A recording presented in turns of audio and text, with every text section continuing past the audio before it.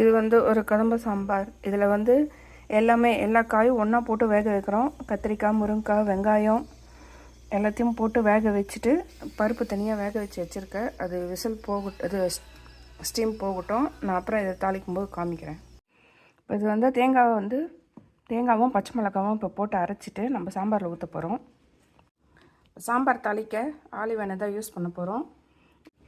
இதில் வந்து கொஞ்சம் ஆலிவ் எண்ணெய், கொஞ்சம் நெய், அதுதான் இப்போ தாளிக்கிறதுக்கு. இது இப்போ கடுகு போட்டிருக்கோம். அப்புறம் வெந்தயம், சும்மா வெந்தயம் கொஞ்சம் தான் போடணும். கருவேப்பிலை,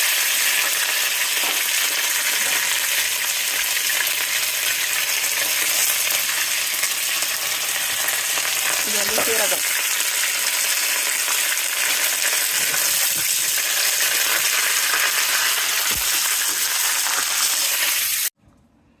இப்போ அரைச்சி வச்ச தேங்காய் இதில் ஊற்றியாச்சுங்க. அவ்வளோதான். இது அப்படியே லைட்டாக கொஞ்சம் கொதிக்கட்டும். தேங்காய் கொஞ்சம் அந்த தேங்காயோட பச்சை வாசனை போகிற வரைக்கும். அதுக்கப்புறம் ஆஃப் பண்ணிடலாம். சமையல் முடிஞ்சிருச்சு. சாமி இன்னைக்கு கிருத்திகளை சரி சாமிக்கு வச்சுட்டு படைச்சாச்சு. இது எங்கள் மாமனார் மாமியார், இது எங்கள் அப்பா, என் தம்பி, அவங்களுக்கு ஒரு கொளுத்தி சாப்பாடு வச்சாச்சு. அவ்வளோதான். இன்றைக்கி வந்து கிருத்திகை, அதனால் கோயிலுக்கு வந்திருக்கோம். இது வந்து அபிஷேகத்துக்கு எல்லாமே தேங்காய், எண்ணெய், சாலை, பூ. இங்கே வந்து பூ இப்படி தான் கிடைக்கும். இதுதான் வாங்கிட்டாங்க. போகலாம், மேலே போய் சாப்பிட்டு.